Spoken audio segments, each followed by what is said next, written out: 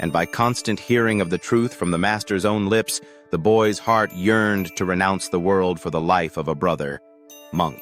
"With your permission," said he to his grandfather, "I should like to join the brotherhood, monk's order." "What do I hear?" cried the old man. "Why, it would give me greater joy to see you join the order than to see the whole world join. Become a brother, monk, if you feel able." And he took him to the master. "Well, merchant," said the master, "have you brought your boy with you?" "Yes, sir.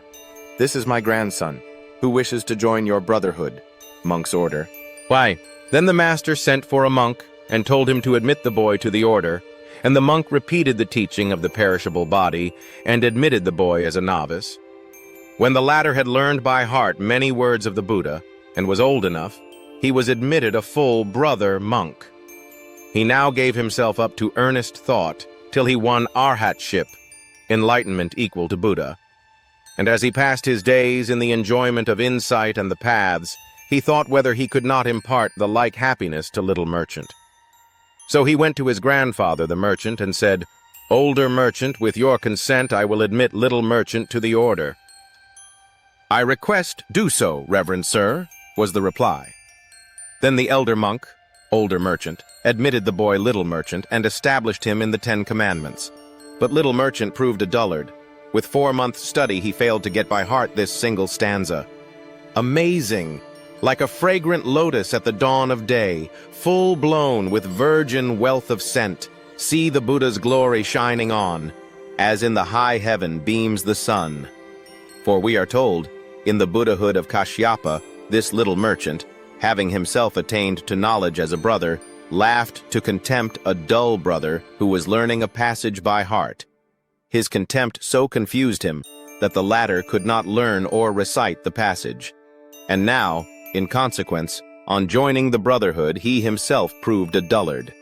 Each new line he learned drove the last out of his memory, and 4 months slipped away while he was struggling with this single stanza. Said his elder brother to him, "Little merchant, you are not capable of receiving this teaching. In 4 whole months you have been unable to learn a single stanza. How then can you hope to crown your learning with supreme success? Leave the monastery."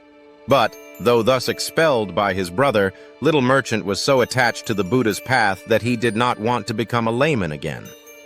Now at that time older merchant was acting as manager-keeper of monastery there. And Jataka Komarabhaka, a disciple, going to the mango grove with a large present of perfumes and flowers for the master, had presented his offering and listened to a discourse. Then, rising from his seat and bowing to the Buddha, he went up to older merchant and asked, "How many brethren monks are there, reverend sir, with the master?" "Just 500, sir." "Will you bring the 500 brethren monks with the Buddha at their head to take their meal at my house tomorrow?" "Lay disciple, one of them named little merchant is a dullard and makes no progress in the faith," said the elder monk, older merchant. "I accept the invitation for everyone but him." Hearing this, little merchant thought to himself, "In accepting the invitation for all these brethren monks, the elder brother carefully accepts so as to exclude me.